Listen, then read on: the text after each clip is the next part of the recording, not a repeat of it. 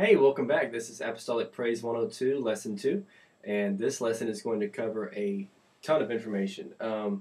It's going to be pretty easy stuff, though, so I think it's going to be something that you're really going to enjoy, but you may want to digest this lesson into two parts. In this lesson, we're going to learn about augmented chords and suspended chords, and also about the major pentatonic scale, and finish it up with a little bit of ear training at the end. Okay, so let's start off with augmented fifth chords. What are augmented chords? Augmented chords are basically this. Each chord is made up of your 1, 3, and 5. For example, a C chord is C, E, G. Okay? Your 1 is C, your 3 is E, and your 5 is G. For an augmented chord, augmented basically just means to go up in music. It just means to augment or make bigger. So we always make the fifth bigger. So G would change to G sharp. Okay, so C augmented fifth could also be called C plus 5 or C sharp 5. I use C plus 5 just for brevity and shortness on my lead sheets. So C, E, and G sharp would be a C augmented. Okay, and in the key of C, there's one other augmented chord that we use a lot. Actually, several other ones, but here's one of the other main ones that we use is G. Okay, so G, B, D, sharp your fifth. Change that D to D sharp, and you have G, B, and D sharp. Okay, and of course you can play your exercise song for that. We'll play it here for you.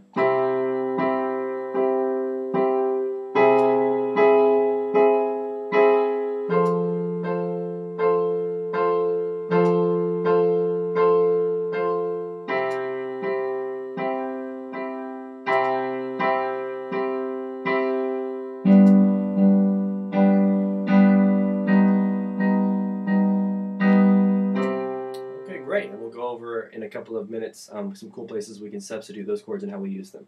The next kind of chord we're going to be learning is the suspended 4 chord. We've already learned the suspended 2 chord, and remember, of course, that for a suspended chord, we always kick out the third. Suspended, when you suspend somebody from school, what do? You always kick them out. In music, we always kick out the third when we suspend something. So a C suspended 4 or a C sus sus 4 would be C, E, G is your major chord, and then change your 3 to your 4. C, F, G is a C suspended 4. Okay? C, F, G. A G suspended 4, same thing here. G, B, D. Kick out the third, which is B, and change it to a C. Okay, so G, C, D. All right. So let's go ahead and play the exercise songs for that if you look at your lesson 2 in your curriculum.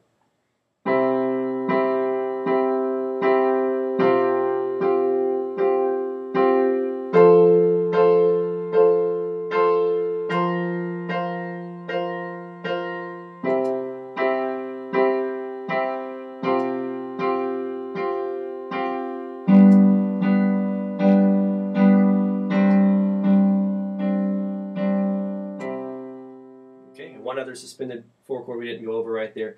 F suspended 4, same thing. F, A, C, and change A to B flat, which is your 4 chord in the key of F. So F, B flat, C is an F suspended 4. Okay, and song number 3, exercise song, would be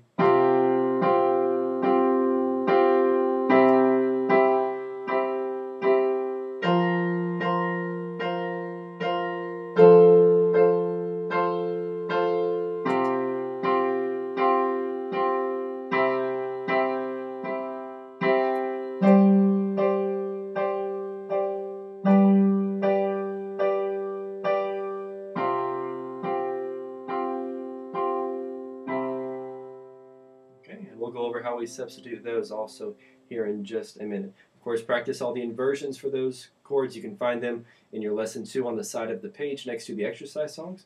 So just practice those inversions for those chords so you've got them down really well on each one of those. Okay, and now we're going to go over some different places that we can substitute these chords, augmented fifths and suspended 4 chords. Each one of these have a particular couple of places that we can substitute these in a song. So let's go over that.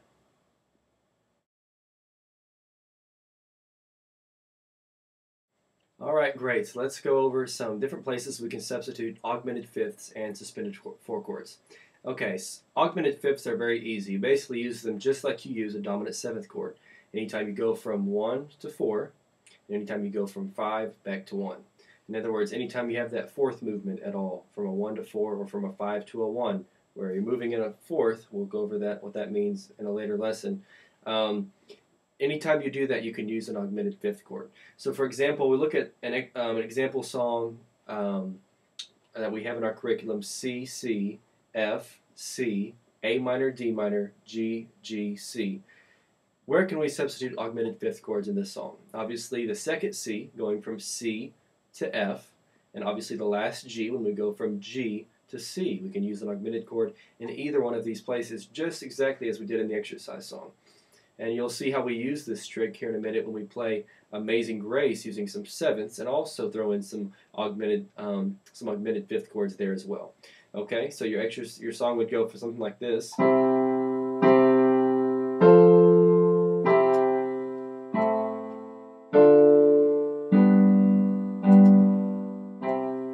To something like this, where you play an augmented fifth before you go to the F.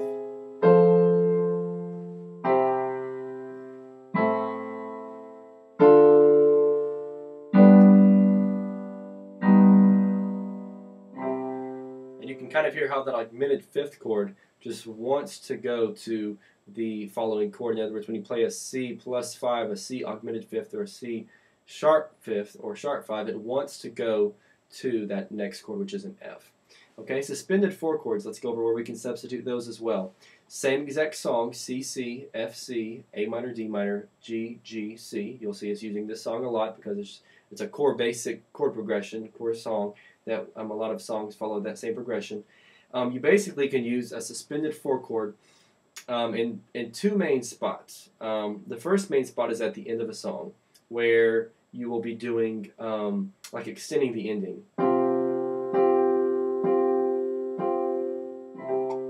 Okay. A next spot is at the end of a song at the 5 chord, as long as it's followed by another 5 chord.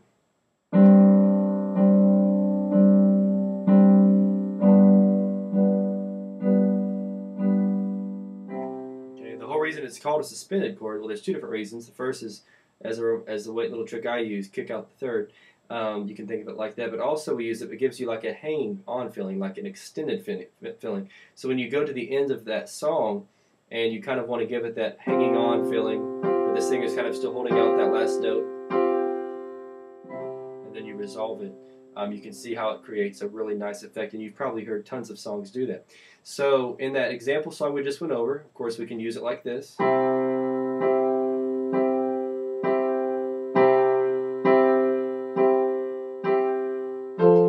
First line stays the same.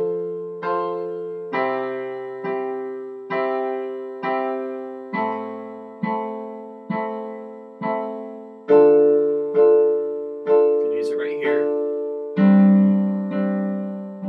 because there's another G about to follow it where we can resolve to it. And then we end it, instead of just a plain C, do another C sus4. Okay, so you can see how that really creates a nice feeling at the end of a song. Kind of that hanging on feeling gives the singer a chance just to hold up that last note and create a really beautiful, just extended ending there. So, okay, wonderful. Well, hopefully that helped you out. We're also going to go over a couple of new songs here. Amazing Grace. This is The Air I Breathe. And I'm going to go and do a little bit of ear training here at the end. So hang on, and we'll be back in just a minute.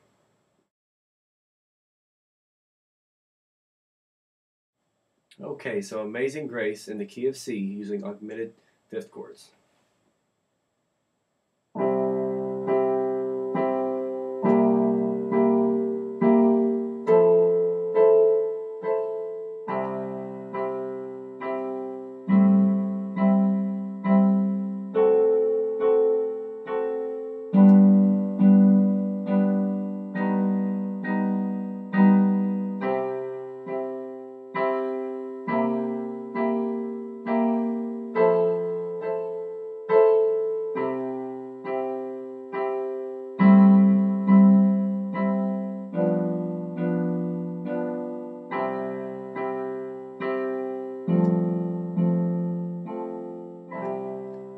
Okay, and in that same place where it uses a C7, we could also use that C augmented fifth as we talked about earlier. So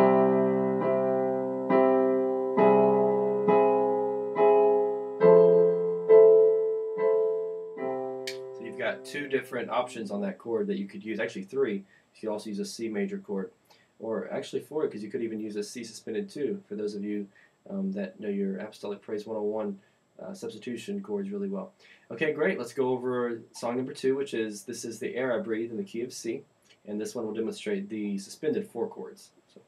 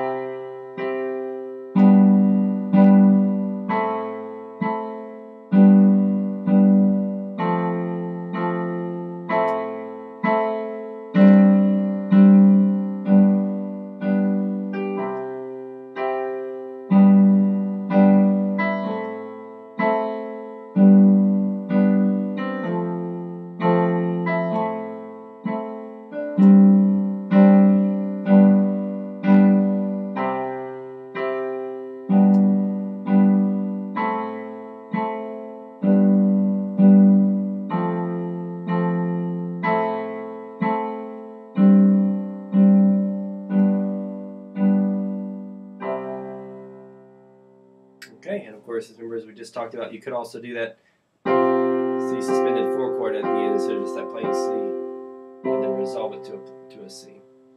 Okay, so hopefully that will help you guys out with those 2 songs a little bit. 2 really kind of just neat songs that you can put a lot of stuff into. And of course, there's all kinds of different inversions you can use with these songs.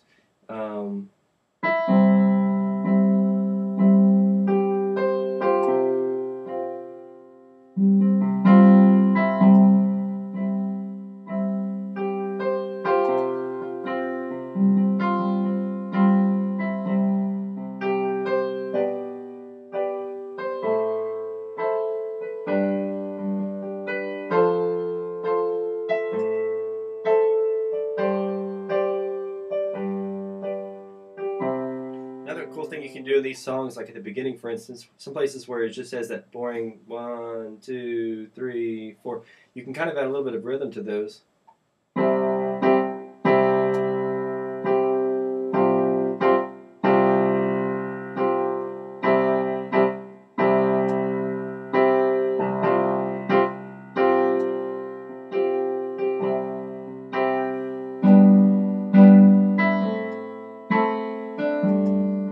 Remember your chords you can add.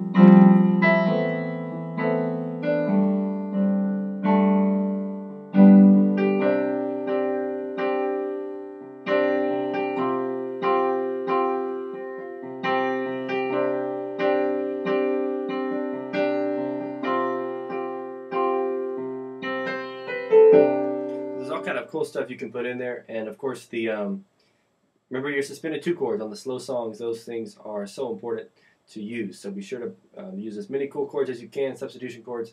Don't forget about your substitution chords, even though it doesn't have them written on the lead sheet. Okay, great. We'll see you back here in just a minute to go over the major pentatonic scale and some ear training.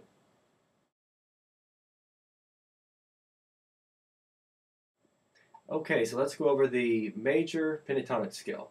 What is the major pentatonic scale? Sounds kind of intimidating, doesn't it? It's actually pretty easy. Basically, the word penta just means 5. It's another word for the word 5. And tonic just means tone or note. So this is a 5-tone or 5-note scale. And the way we make up this scale is we take, for instance, in the key of C, you have the C major scale. And if you remember your Roman numeral system, 1, 2, 3, 4, 5, 6, 7, 8. Okay? So what we do is we take the 1, the 2, the 3, the 5, the 6, and of course the 1 at the top, or the 8. And those are the 5 notes that make up the pentatonic scale. C, D, E, G, A. 1, 1, 2, 3, 5, 6, and then it repeats. Okay, we usually add that last little filler note there at the top. All right, so that's it. C major pentatonic scale. Okay, that's it over one scale, or one octave, I mean. So C, D, E, G, A, C. You want to do it over 2 octaves?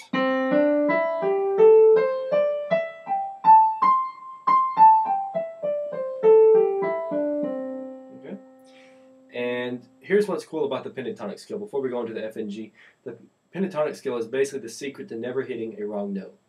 For instance, here's how it works. Whenever you're in the key of C, no matter which chord on, 90% of the time, you can use the notes in this major pentatonic scale and it's going to sound good. There's all kind of different fills we can use. And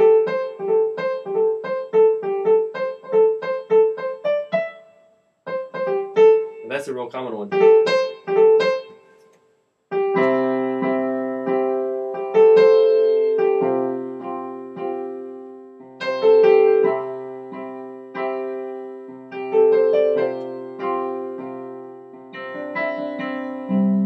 Okay, you notice you can use that scale all day long.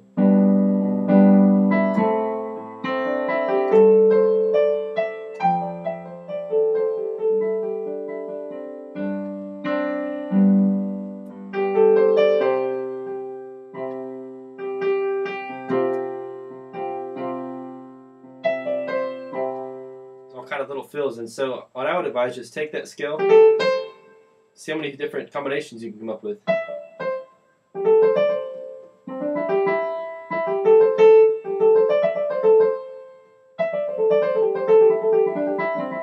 There's all kind of different little tricks you can come up with. We'll go over some more of those advanced tricks here later, but for now, just try to make up some 3-note combinations.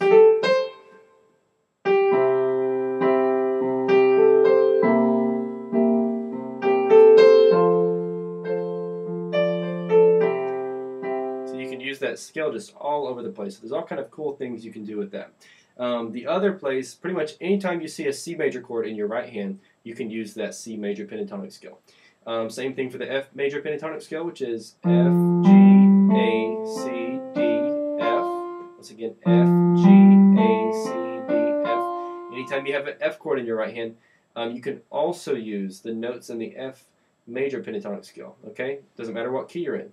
If you're in the key of C, if you're in the key of B flat, doesn't matter what key you're in. If you see an F chord in that right hand, you can use the notes that are in the F major pentatonic. So here's what's cool. If you're playing in the key of C, and you have to go to your 4 chord, you now have 2 different pentatonic scales you could use, right? Because you're in the key of C, so you can still use the notes in the C major pentatonic scale, but you're also playing an F chord, so you could also use the notes in the F pentatonic scale. So there's a lot of really neat tricks like that you can use in music. Same thing for G. G, A, B, D, E, G. G, A, B, D, E, G. Okay? Those are the notes in the G major pentatonic scale. So anytime you're in the key of G, or anytime you have a G chord in your right hand, you can use the notes in that pentatonic scale. Really neat. Okay? So there's a lot of different tricks like that that we can use, a lot of different fills like that that we can use for the major pentatonic scale. Pentatonic scale is one of the most powerful scales that you want to add to your repertoire. Give you another really quick example before we go into the ear training. Let's look at an A minor 7. Okay? Now, if we look closely at an A minor 7 in our right hand, it's technically a C chord over A. Okay, so we've got a C in our right hand, so we know we can use the notes in the major pentatonic scale as a fill.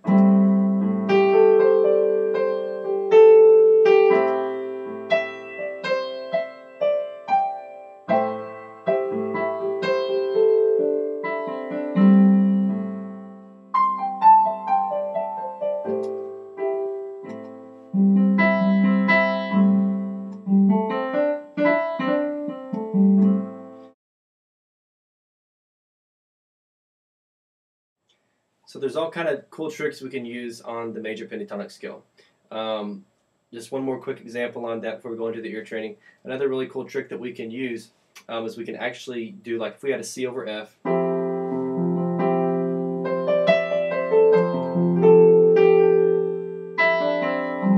you could also use it over that, play the C major pentatonic scale over that chord, because anytime you have a C chord in that right hand, you can use the C major pentatonic scale and it's going to sound good.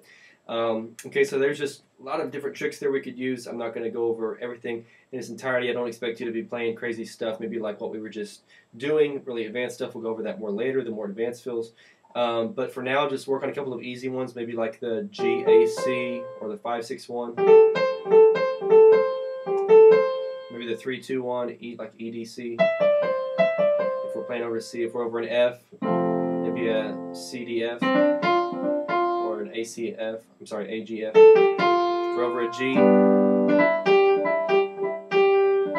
that D, E, G, 5-6-1, really good sound pretty much no matter where you're at.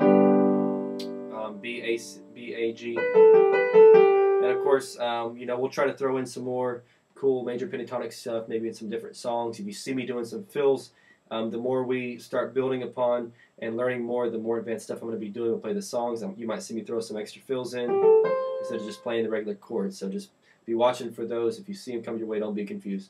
Okay, great. So enough on the major pentatonic scale. Let's go ahead and run on to doing some ear training. And of course, be sure be listening to your lesson. Listen to the track number 1A, 1B, 2A, and 2B that are provided for you in your lesson. Those are very important for you to practice.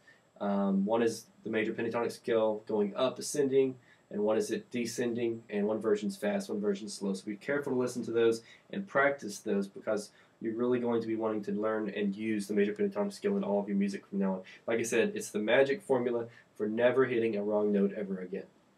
Okay, so ear training. Let's do some ear training. All right, ear training part 1, 1-4 and 1-5. The main way that we can get to these chords is by going straight there. If we're going from 1-4 or from 1-5, those are the two most popular progressions in all of music. Say, for instance, we're in the key of C. You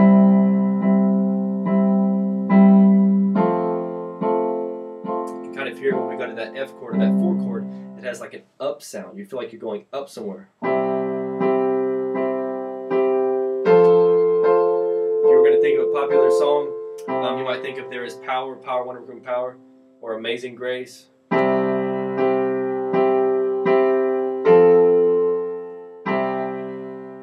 Okay, now different keys, 1-4 is going to sound a little bit different because you're in a different key, but it's going to have that same general movement. When I'm listening to a CD, I can hear the music move, or when I'm in church listening, I'm not playing perhaps at a visiting church or something, I can hear that music move and I can tell it's going from 1-4 because it has that 1-4 sound, like There Is Power in the Blood or Amazing Grace, okay? For the key of F, F to B flat is 1-4, okay? For the key of G, G to C is that 1-4 sound. Okay? But one really good way to try to listen and figure out which one is which, try to make it sound like a song. Does it sound like Amazing Grace? Does it have that Amazing Grace sound? On the first line? How sweet the sound. So you can tell it's going up to that 1-4 chord. Memorize how that sounds and try to pick it out when you listen to music. I don't have perfect pitch, so when I listen to a CD, I can't tell if it's what key it's in, perhaps, most of the time. But what I can tell is if it's going like 1-4 or 1-5. Okay, so that's one really important thing you want to start learning how to do. 1-5. 1-5 is going to have that kind of a down sound, or it's going to sound more like Here I Am to Worship on the verse. Light of the world. You can tell it has that 1-5 sound, that downward movement. But even if you're going up, it still has that 5 chord sound, and that's what you want to emphasize, because sometimes it may not necessarily be a down movement to the 5, it usually is, but it may be an up movement to the 5, but you can still distinguish that it's not the 4 chord because it has more of a, I don't know how to explain it, your ear just kind of has to recognize it. It's like learning a new language. It just has to start learning and recognizing these words, and that's what you want to train your ear how to do. Okay, so in the key of C, 1-5 is 1 C to G. Okay, the key of F. Okay, 1-5 is F to C. Okay, very important that you memorize these, that you learn these. Key of G. Okay, 1-5. 1 is G. 5 is D.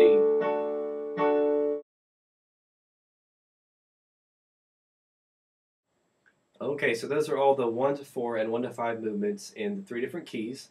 Of course, very important that you memorize this. The main reason that we emphasize the ear training, as I believe I have said already, is that we want you to learn how to play without needing a lead sheet. We want you to learn how to recognize songs and chord progressions. In other words, when you're listening to a CD or maybe some music online, we want you to be able to recognize the different chord movements and learn the song by listening and picking it out and being able to tell where the music's going without needing a lead sheet. Music is a language, so you should be able to eventually to learn how to recognize that 1 to 4 movement and that 1 to 5 movement. In the next couple lessons, you're going to see some different tricks we're going to teach you in ear training that you can tell when it's going to go 1 to 4 or 1 to 5, and there's some different tricks that you can use to make it easier. The straight there is the hardest way to tell because there's no introduction to, per se, saying that, okay, now we're going from 1 to 4. For instance, there's one movement,